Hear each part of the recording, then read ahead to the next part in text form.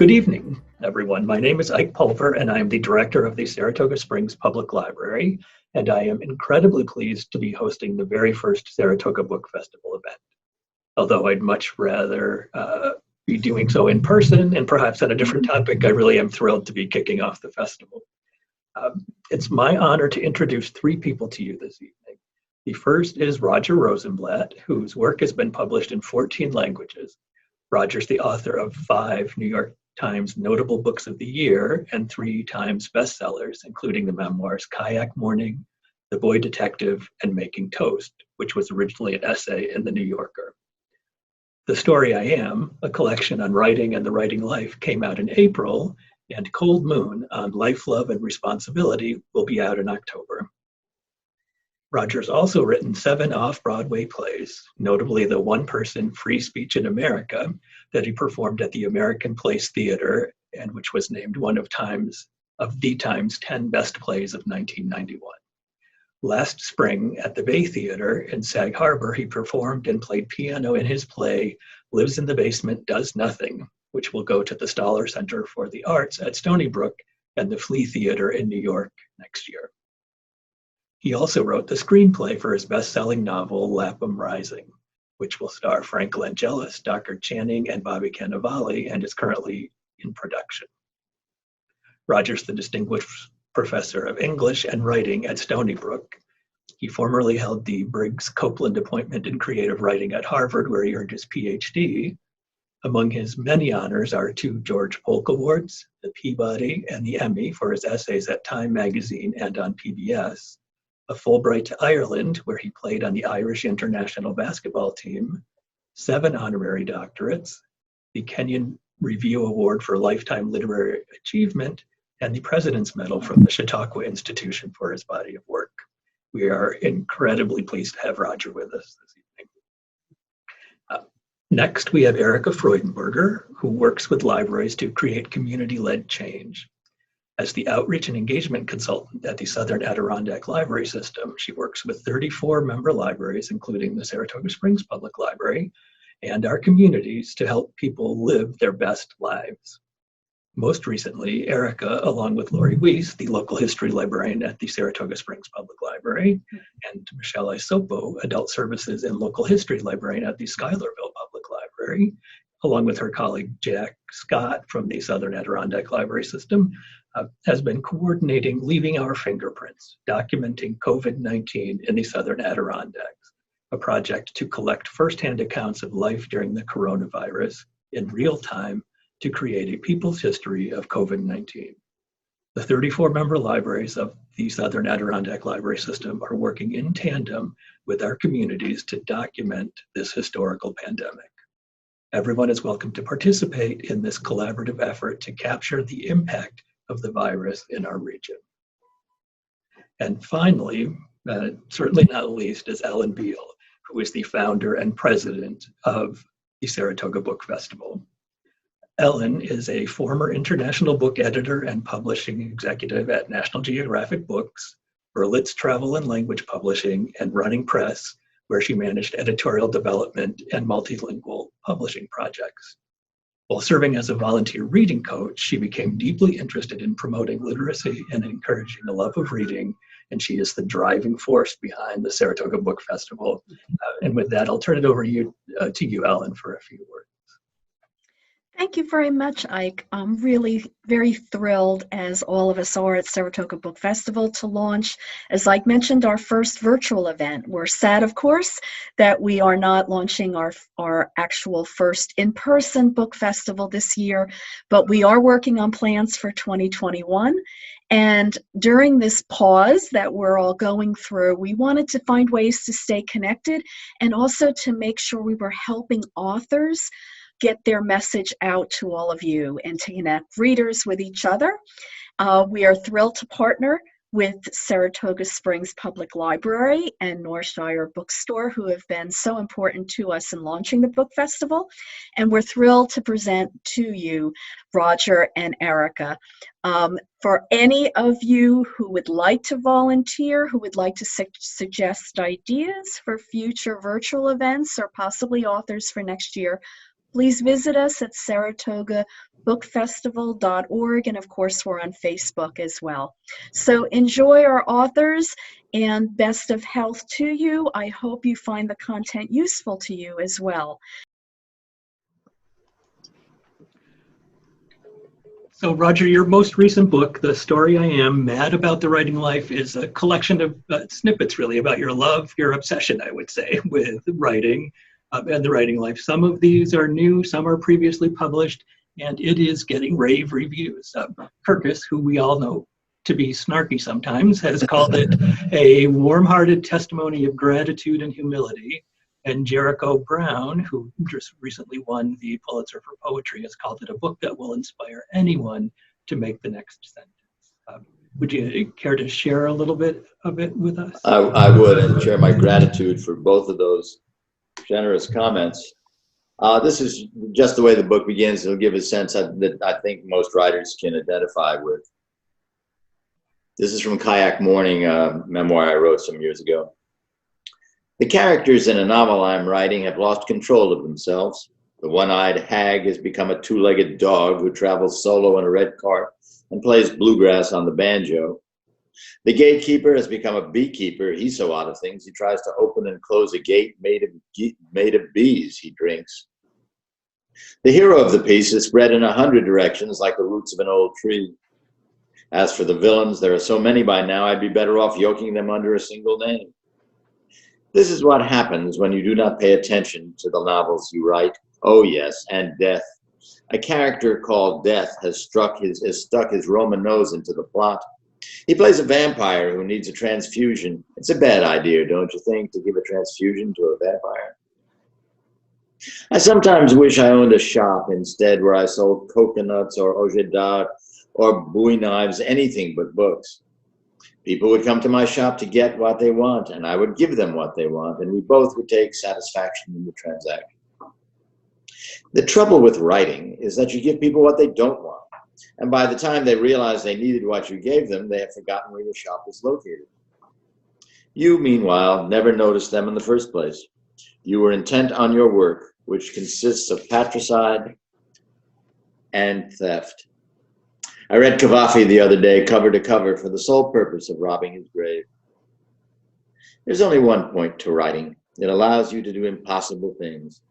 Sure, most of the time it's chimney sweeping or dung removal or plastering. A lot of times writing is plastering or caulking or pointing up the bricks. But every so often there is a moment in the dead of morning when everything is still as starlight and something invades your room like a bird that has flown through the window. And you are filled with as much joy and panic. And then you think, I can do anything. Thank you for that.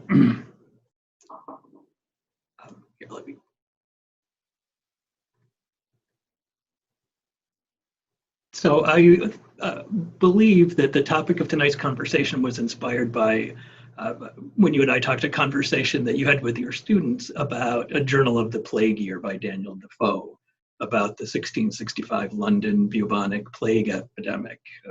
And although there's a little bit of a dispute about whether that should be considered fiction or nonfiction, I think most would agree that it's a novel rather than history or reportage. And that's certainly where we librarians classify it. And I guess that begs the basic question of what exactly is a journal, if you have thoughts on that. Ike, are you asking me? Yeah, I am, Roger. I'm sorry. Okay. No. It's a wonderful question, because that would mean it would, I guess, say that if it were fiction, then it might not be a journal, because then a fiction would be a kind of journal, or a journal that is just using the form. Defoe certainly wrote fiction. He based it on his uncle's notes, I think, and they were real. They were notes of actuality. I'm not sure the distinction makes much difference when you're reading. When there are some events, as the five of us too well know, as well as the wonderful audience for this book festival, there are some events that are so big and so preposterous, so unbelievable, that they seem like fiction when we're experiencing them. And this is one of them. This pandemic is one of them. So when somebody writes a journal of the pandemic, it's no doubt people would think you are making that up. But of course, we're not making it up. It does kind of feel like something that we've read a lot about in post-apocalyptic fiction, doesn't it? So, Absolutely. So, Erica, much of Roger's work as a writing teacher, I imagine, and Roger, you can correct me if I'm wrong, involves providing prompts to your students. And in many ways, I think that the Leaving Our Fingerprints project feels like the mother of all prompts. It's a form, basically. Do you want to tell us about a bit about that project and its origins and its goals? Absolutely. And if it's okay with you, I'm going to take over the screen and I'm actually going to share some pictures because I love stories, but I also love pictures. Great. So let me give you the ability to do that. Thank you. You're welcome. Let's see. Okay.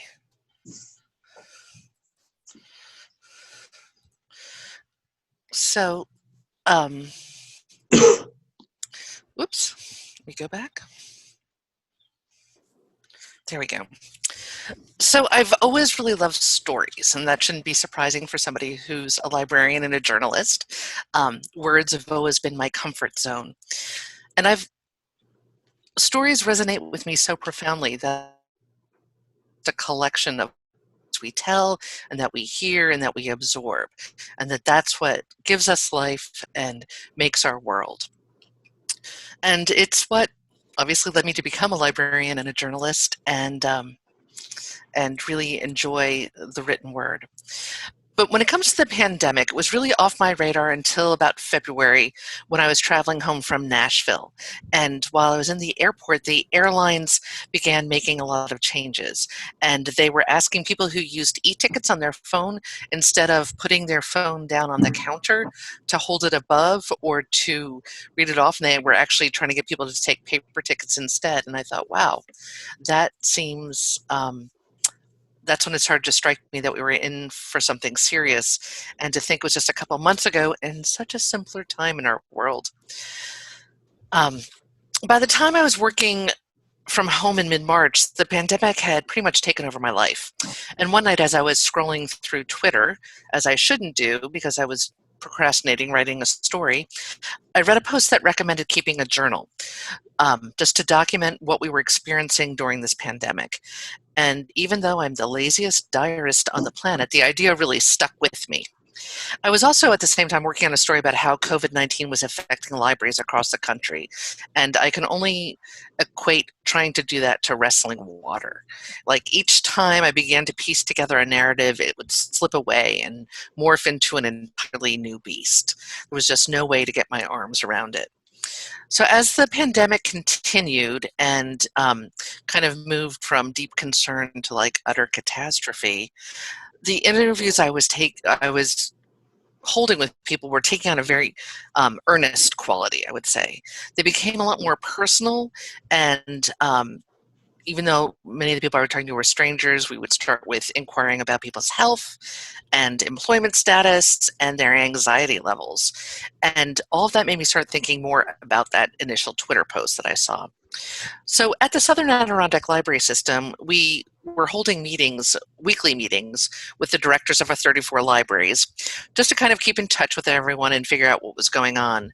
And it's my job to kind of think about how we can work with our communities. And I was struggling to really do that when our buildings were closed and when people were having to socially distant and be away from everybody.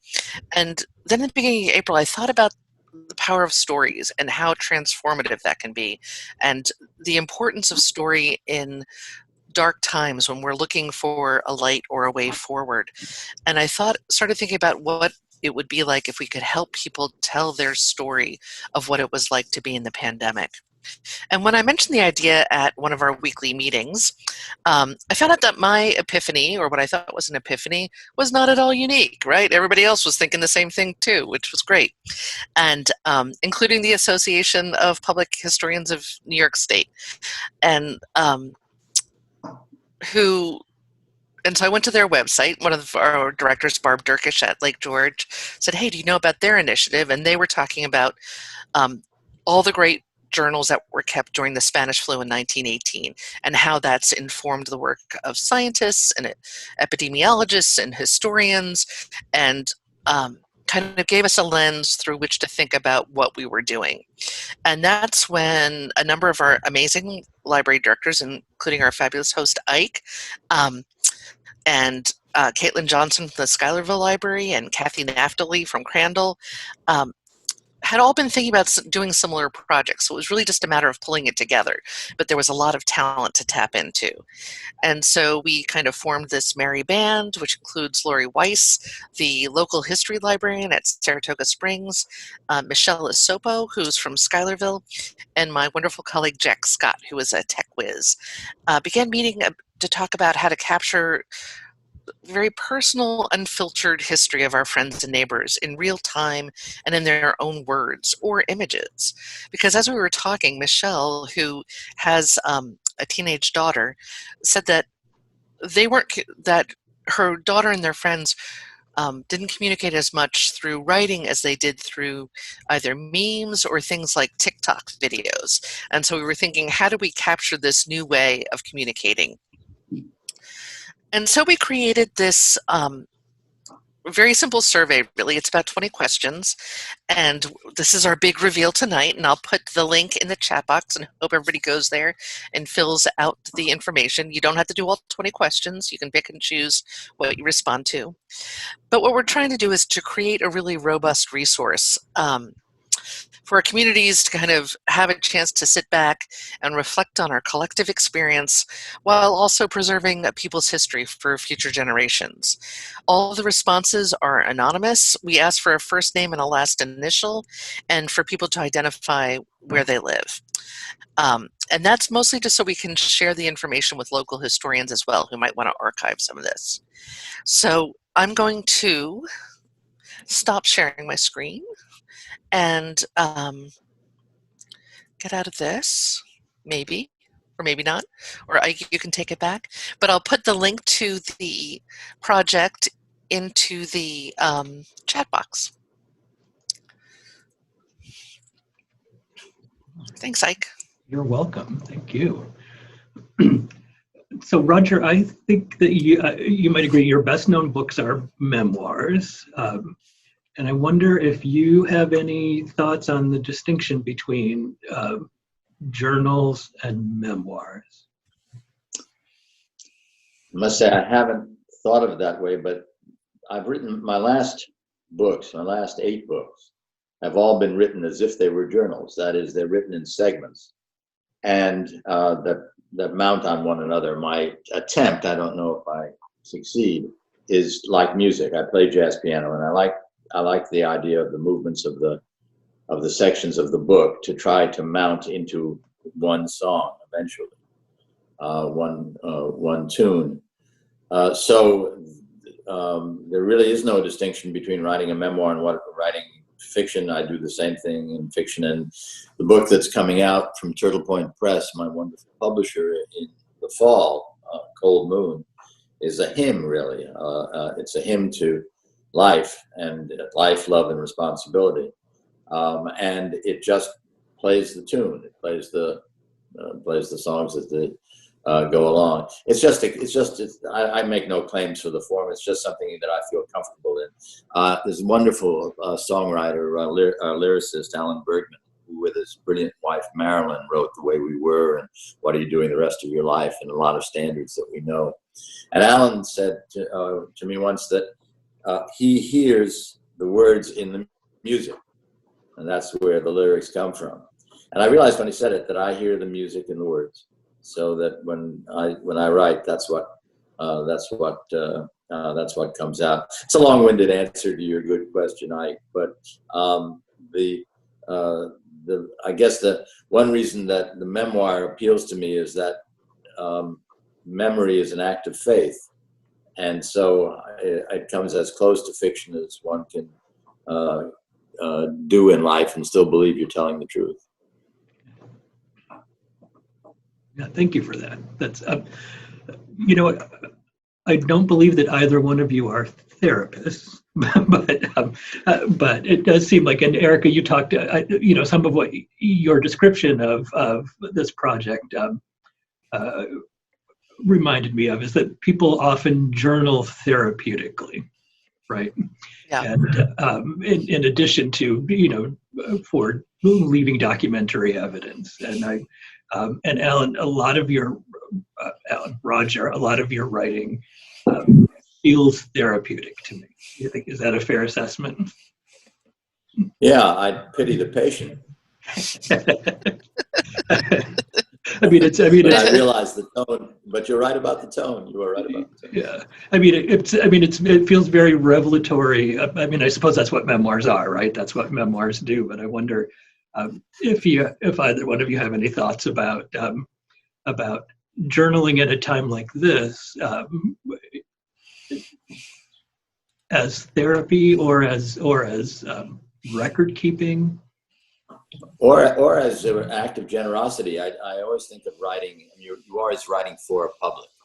And so that means you really want to think well of the public. You want what you do to do some good. And to keep a journal in this time, I'm not doing it, but to keep a journal in this time would seem to have the potential of doing a lot of good. Even if you just write the facts. I'm a great believer in writing the facts. Just write what you see in the streets.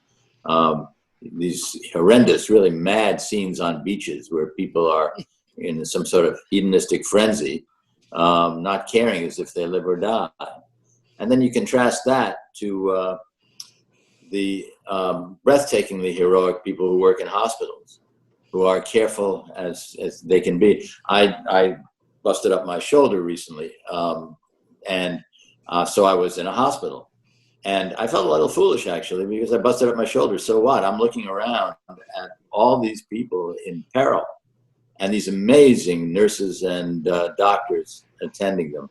One byproduct of this time is that nurses really have come into their own. People really realize what an immense gift nurses give to society. So you have these people on the one hand. This is your journal. And if I were keeping a journal, I would write down what I saw in the hospital.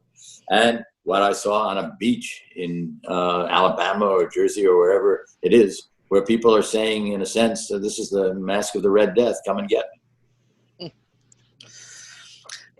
So it's interesting that you mentioned a therapeutic quality, because we just went live today with it, and we hadn't done any promotion, but we've already had 11 people respond and start filling out the forms. And we've had people from, I think the youngest is 16 and the oldest is 77. But at least 3 of those responsive have said, directly remarked in it, how therapeutic it was. And I think what it is we're living in, although we're supposed to be socially distant and we're, hunkering down at home, we're still living in this incredibly chaotic universe.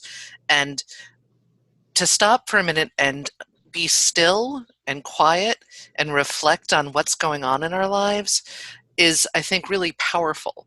And for people to start to think, just to give themselves the time and the space to think about the grief and the anxiety and everything else that's going on, but also about the tremendous beauty, like Roger's talking about. Different things emerge from this. There's both horrible things, but also really extraordinary moments of kindness and beauty that come out of these really unimaginable situations. And that's what I think is interesting. It's a wonderful observation, Ellen, because we are all stunned in the depths of our grief or terror, how suddenly beauty intrudes. Mm-hmm. And our heads snap back, and at least we get a glimpse of the other side of life. Yeah. It has been a joy for me to see like everyday people. You mentioned nurses, Roger, like everyday, like grocery store clerks, like, elevated to this status of hero. They're really putting their lives on the line, for us, for society. And isn't it interesting, Ike, along that line, how adaptable we little animals are? few months ago, we're strolling along the street, wondering about your girlfriend, your boyfriend, your song, your drink, or whatever it is. A couple of weeks pass, and we have adjusted. We just turn on a dime to be able to try to survive ourselves and help our neighbors survive. I hope we do it, obviously, but in my long life, this is its most impressive moment. Mm. That was a commonality that we've seen so far in the responses, is that people talking about this kind of endless generosity of friends and neighbors, or people who maybe didn't know each other that well before, but now we're checking in to see if anybody needed anything, especially if they were concerned about people going out for whatever health or age reasons, and really a sense of community that's coming out of this extraordinary situation. And if you're keeping a journal, watch the things that Ellen is talking about and write as carefully as you can about what you see. The first role of the writer is to make the reader see. Let the reader see every detail of what's going on in the streets, in the homes, in the hospitals, even on the beaches and so forth, so that nothing is lost on the senses that will tell future generations what was going on here. Erica, are you journaling? Are you keeping a journal? Well, I had plans. I had the best of plans. But, you know, I'm a journalist, so unless I have a hard deadline, I'm going to procrastinate. I'm not so... I did try, and it's funny because this morning I actually looked at my journal and I was like, oh, I made 2 entries. But it was very interesting to see the progression of thought and how moving from the stage of like, oh, panic buying, how do we source everything that, you know, we need to have in the house, to moving forward to like, okay, I'm going to go spend some time in the garden and put my hands in dirt and feel okay about things. But one of the things that I was thinking about that's been extraordinary that this has done is also because we've moved to this virtual world that we're talking about earlier, is this kind of authenticity and vulnerability that we see in people, because we're seeing people in their homes, and then all sorts of, you know, kids come up, and, you know, you're at a work meeting and there's an animal and there's a kid and there's all this other stuff, and so the idea of being professional or expertise or whatever that is kind of drifts away, and you get to see the full humanity of the people you know in a very different way, and that's been, I think, just a real gift. You know what I've gotten a kick out of? I've gotten a kick out of watching folks on television who always show up made up in front of us. Yeah. But they're not made up now. They either they can't be or they choose not to be. I think they look 1,000% better. Yeah. You know, Eric and I were talking yesterday about, you know, we're in a profession that attracts introverts. And so I think there is something to what you're saying, Erica, because working this way now, and I mean, you know, this is the way I normally work. I'm in my office at the library, but my house looks very much like this when I'm working from home. You know, I never have that many people into my house, you know, so it really does force you to open up in a way and make yourself much more vulnerable than you might have been, in multiple ways, not just the letting people in, but, you know, but letting people in here as well. Yeah. Very good. So, interesting. So I wonder if there are questions over here in the chat or in the Q&A. So Roger, Janine says she used to work with you at Time and wants to say hello to you. So. Well, Janine and I remember a world in which, and Ellen is familiar too, we didn't have much of a choice in terms of getting our work done. You could procrastinate just so long, but this magazine came out once a week. And Janine may remember how inept I was. I never pay attention to the news. I still did. Now I pay more attention to the news than I ever did in my life before. But of course, I was working for a news magazine, so that was something of a liability. And I would walk in the morning, since I was the essayist, one of the essayists, wonderful Lance Morrow was another essayist, and Frank Tribbett. We had a great crew of guys and women. But since I didn't know the news, the editor, who was a very gruff guy, Ray Cave, would say to me, "Well, Roger, what do we think of that?" I have no idea what that was, what he was referring to. But the chances of it being good were so minimal. I would always say, "Terrible, just terrible." And then I'd run to find out what he was talking about and write the essay. But at the end of the day, you had to show up with some piece of prose. So someone here is sharing let's see, where did it go? Julie is sharing a great memory of you, Roger, at the Public Library Association meeting in Boston, having a blast handing out copies of your book. Do you recall which book that was? And I don't, but it sounds self-aggrandizing enough to be me. Yes. Having a great time handing out my own book. I think many of us wish we could do that. So, and what else? So there's a question about, and this is a question that we traditionally ask at the beginning of the book group that I lead at the library, where before discussing the book that we are about to discuss, we actually go around the room and introduce ourselves and talk about a different book. So people want to know what folks are reading during the pandemic. Are you reading anything noteworthy? I'm ashamed. Ellen is going to come out the star of the class, and I will be the dunce. I haven't read for pleasure in a very long time. I sometimes accidentally find it. I reviewed a book for the New York Times Book Review just now, Roddy Doyle's new book, and it was really very good. It wasn't as good as his first one, but it was good. And since then, I had to really concentrate, so I read that for pleasure. But most of the time, I'm just a shoplifter. I read, I see something that gives me an idea, I can use it, and I do. So I'm the worst person to ask about such an experience. I will meander into the true experience of reading that you two have. But in the last, God knows how many years, I'm a disgrace. How about you, Erica?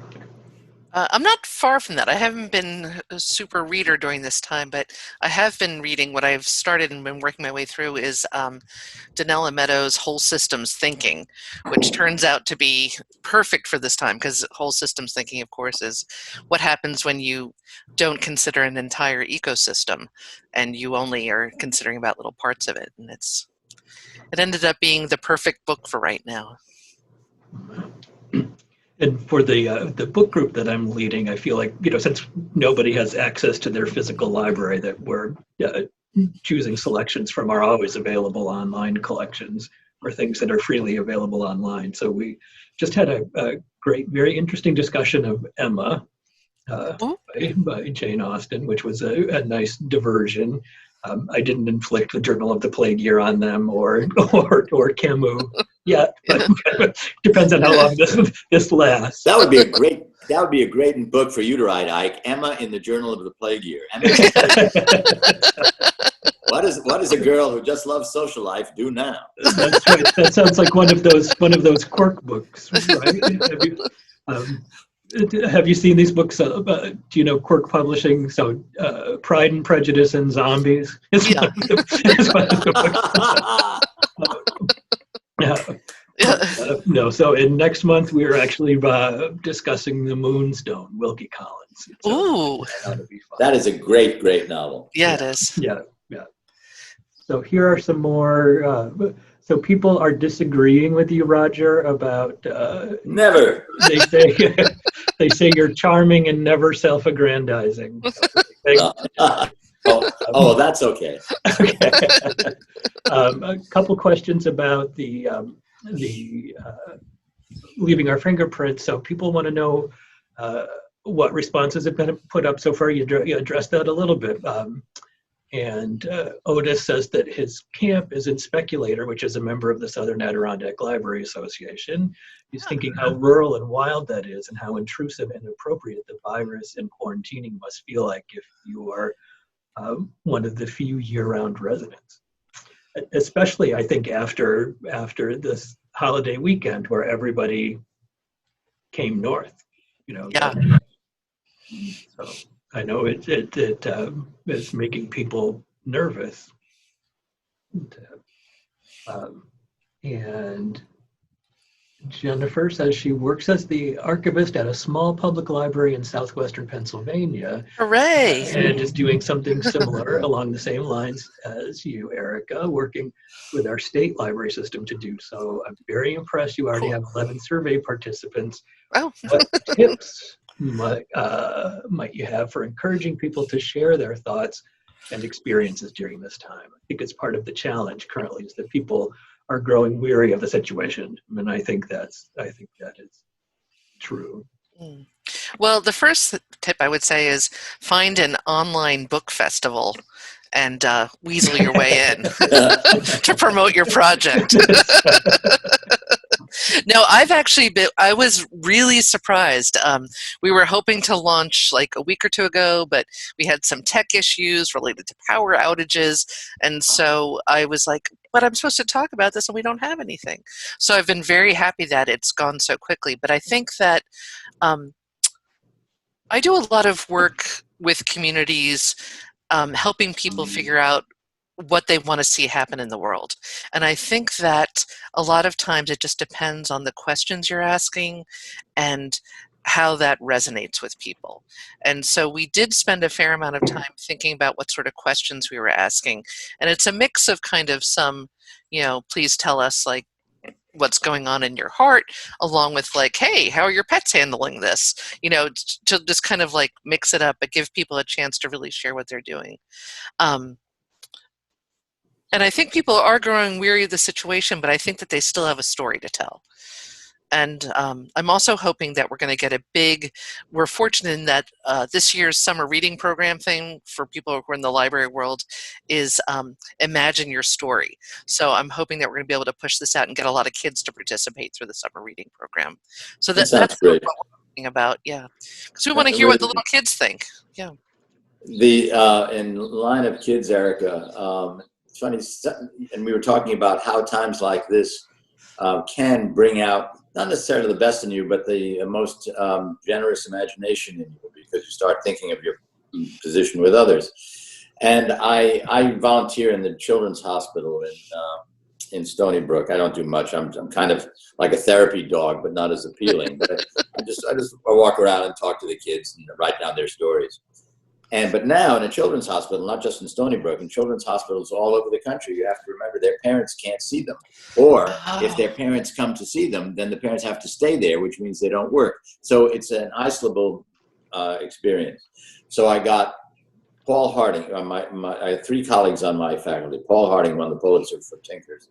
Incredible guy. Incredible. Such a beautiful book. Such a beautiful book. Paul Harding, Genevieve Crane, who just won a Whiting Award, a young woman who was, again, just fallen on the floor, brilliant. And Lindsay Atkins, who won an Amy Award and is also brilliant and wonderful. And the 4 of us, just this week, recorded videos that we're sending to the Children's Hospital about writing. And we're giving them prompts, love it. Erica, we're giving them prompts, just look at this and write something from it. If I get a chance, I'll let Ike know, and therefore indirectly let you know how the project went, because we just started it. But I've got high hopes for it. I would love to see it catch on and say to these kids, literally, you are not alone, because they are absolutely. Oh, I love that. Plus, the magic of kids is that they're so unfiltered. Like they're going to tell you exactly what it is, and they have these great ways of expressing things that they haven't been told what not to say or how not to express themselves yet, so they can really be free with that. So I would love to see what comes out of that. That sounds fantastic. The little musical play that I did last summer that I guess I'm going to do a couple more times, called Lives in the Basement, Does Nothing, comes from my granddaughter. My wife and I lived with our grandchildren when our daughter died. We lived there for 7.5 years in the lower level of the house. I used to go over to the local public school where the kids went and talk about writing. And so one afternoon I'm there, and my granddaughter Jessica introduces me to her 4th grade classmates thus: "This is my grandfather Boppo," my grandparental name. "This is my grandfather Boppo. He lives in the basement and does nothing." Couldn't fault her for accuracy. Oh, one of the favorite things It's- I've seen this week is a picture posted to the library's Facebook page of some children playing library story time. So Oh, That is so great. that's, Think of the parodies available to them. no. All right, so some more from the chat over here. Jennifer, our librarian friend from Pennsylvania, says she's worked with one of her local high school English teachers who has encouraged probably about 50 or so of her high school seniors to prepare essays, poems, etc. for fantastic. submission. That's great. For the library archives. Hasn't seen the submissions yet, but can't wait for it. That sounds pretty terrific. And then Steve has just shared for everyone a link to purchase The Story I Am from Northshire Bookstore. So Northshire is, along with the library, a founder of the Saratoga Book Festival, and they're terrific library partners and huge supporters of the reading and author community here in Saratoga Springs and in Manchester, Vermont. So just a terrific organization that we're super proud to be associated with. Christian shares that the people should check out your video, Roger, at the Gaithersburg Book Festival. Oh, thank you. Thanks, Christian. I just did that the other day. I was glad to do it. I'm glad you liked it. So, Roger, something that you shared with me recently was a video of the commencement you gave for your students at Stony Brook. Did you want to talk a little bit about that? Because I thought it was a fascinating parallel between, here we are having this conversation in a way that, 6 weeks ago we never would have imagined that we would have done. Absolutely. And the three of us are like-minded on this issue. No, it just was the notion that dropped in my lap that virtuality is the writer's wheelhouse. We do this. This is what we do. We live in a virtual world. We create virtual characters, virtual thoughts, virtual plots, and a virtual life. And now suddenly in this dreadful, perilous time, virtuality has come into its own. The difference being, and this is why I was talking to our graduates, that you graduates, traffic in virtual prime, that is the virtual sublime, that we make the best of something that is not real. And so you want a king and you get King Lear, and you want a distraught woman and you get Anna Karenina, you got and or to go back to Emma or any of the great heroes and heroines of literature are all virtual. They never were, But then we do something with virtuality and we say that the life that can be imagined, to go back to Erica's thought, life that can be imagined can be the life that is sublime. And that's our business in the world. That's at least that's part of it. The other parts, frankly, and I never shirk from this because I believe it wholeheartedly. A writer's business is to make the world better. Make it smarter, make it feel more, make it happier, or make it more intelligently sadder. Whatever thought is at the disposal of words, the writer's duty is to make the world a better place. And this is now a wonderful time to exercise that responsibility. That sounds like almost the perfect place to end our conversation. So, I mean, not that I don't wish that it could go on, but that sounds like a perfect summary thought there. And I appreciate your being here and participating in this, both of you. So thank you so much. Thank you, Ike. So I wonder if does Ellen want to come back for a minute or and say anything or?